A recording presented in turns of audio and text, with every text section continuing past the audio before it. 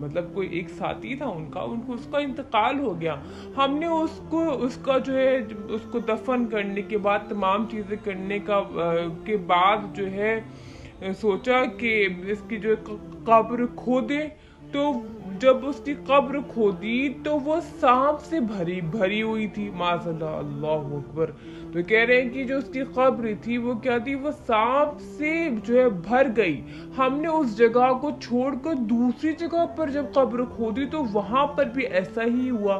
پھر اس طرح ہم نے تیسری جگہ پر بھی یہی جو ہے کیا تو یہی واقعہ پیش آیا. لہٰذا ہم اسے وہیں چھوڑ کر آپ سے مشورہ لینے حاضر ہوئے. کیا کہہ رہے ہیں کہ ہم اس مردے کو وہیں پہ رکھ کر، اسے زمین پہ بھی رکھ کر آپ سے مشورہ لینے کے لیے حاضر ہوئے ہیں کہ حضرت آپ بتائیے کہ اب ہم لوگ کیا کریں، آپ فرمائیں کہ یہ کیا ہے. تو اس عمل کے اعمال کا بدلہ ہے. تو انہوں نے کیا فرمایا کہ یہ کیا ہے، جو آدمی ہے اس نے جو بھی کچھ زندگی میں کیا ہے تو اس کے جو اعمال ہیں یہ اس کا بدلہ ہے. جاؤ اور اسے اسی سانپوں سے بھری جو قبر میں دفن کر دو.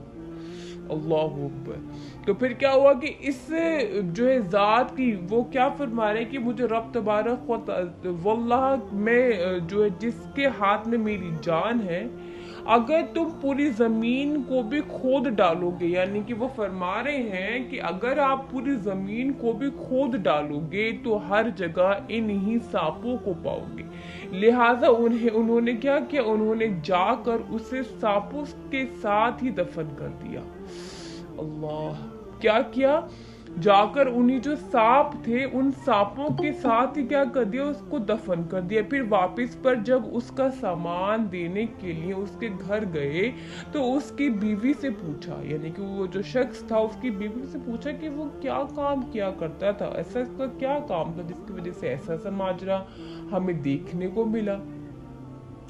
تو کیا ہے، اس کی بیوی نے کیا فرمایا کہ وہ جو گیہوں ہوتے نا، گندم، وہ بیچتے تھے اور روزانہ اس میں سے اپنے گھر والوں کے لیے کھانے کی مقدار کے برابر گندم جو ہے نکال کر اتنی ہی مقدار میں ردی گندم اس میں ڈال دیتے تھے. کیا کرتے تھے کہ مطلب لوگوں کے ساتھ دھوکا.